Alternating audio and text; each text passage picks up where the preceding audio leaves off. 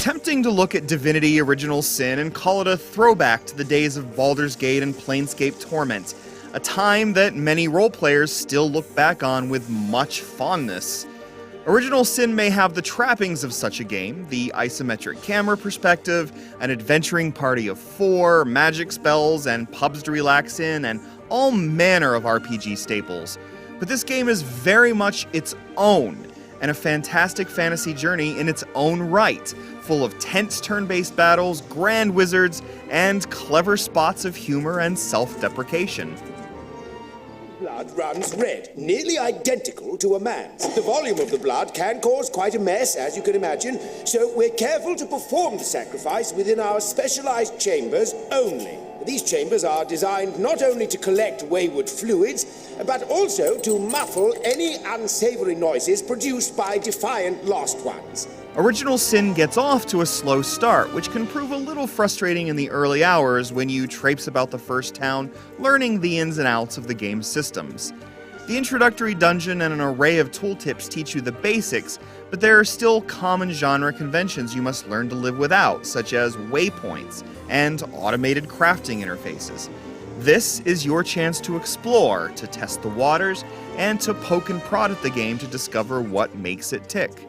In the process, you discover that Original Sin forces you to confront the consequences of your actions, and does so in ways that most RPGs that boast meaningful decisions fail to match. You cannot take every loaf of bread from an inn, or open any door you please, lest your actions lead to disapproval from the homeowner, or even the wrath of nearby guards. Original Sin goes even further, however, to the point where you must consider every action. For instance, digging up a grave in front of a grieving widow causes her to attack you in her grief. This one simple action, should you not think it through, might lead to an innocent's death, and all for a measly bone as a reward. When this happened to me, I felt more guilty and more invested than I have felt in entire quest lines in other choice-driven role-playing games. And so you learn that every action has a reaction, that you must read recipe books and refer to those recipes later if you want to make a club out of a piece of wood and a handful of nails. You craft items by dropping and dragging objects onto each other directly in your interface window, or perhaps by dragging items onto a nearby furnace. The excitement of new and gorgeous places to explore is often matched by the joy of learning how to make something new and useful from a book, or just discovering a new recipe by experimenting in your inventory.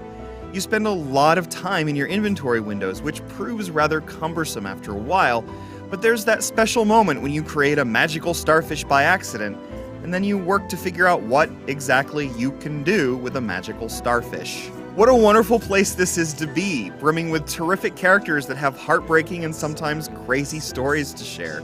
There's a skeleton who misses having a soul and you might convince him to replace his head. There's a statue that promises to show you how your journey ends and rolls the game's end credits if you ask to see your future. There are blizzards and dust storms to trudge through. There are spider worshippers and cultists and an otherworldly place to call home. Every discovery is a thrill. Depending on how you play, that might mean the thrill of working out how to solve the quest at hand. It might mean the thrill of talking your way out of conflict using Original Sin's cool rock, paper, scissors conversation system. Or it might mean the thrill of doing battle with necromancers that see through your attempts to charm your way out of a fight. Such battles are tense and thoughtful. Once you're engaged, time pauses and combatants enter battle stance. From here, your party members perform whatever actions you command of them until you use up their action points or end their turn. While you start with skills from specific classes of magic and melee and so forth, character progression is very flexible, and thus there are plenty of ways to turn the tide of battle. The greatest interplay here is that between the elements. You can create a rainstorm and then cast lightning spells to zap and paralyze anyone standing in a puddle, including your comrades. Clouds of poison can be ignited and oil slicks can be set aflame. As you level up, you can earn talents that further alter combat, such as one that allows you to heal when standing in blood.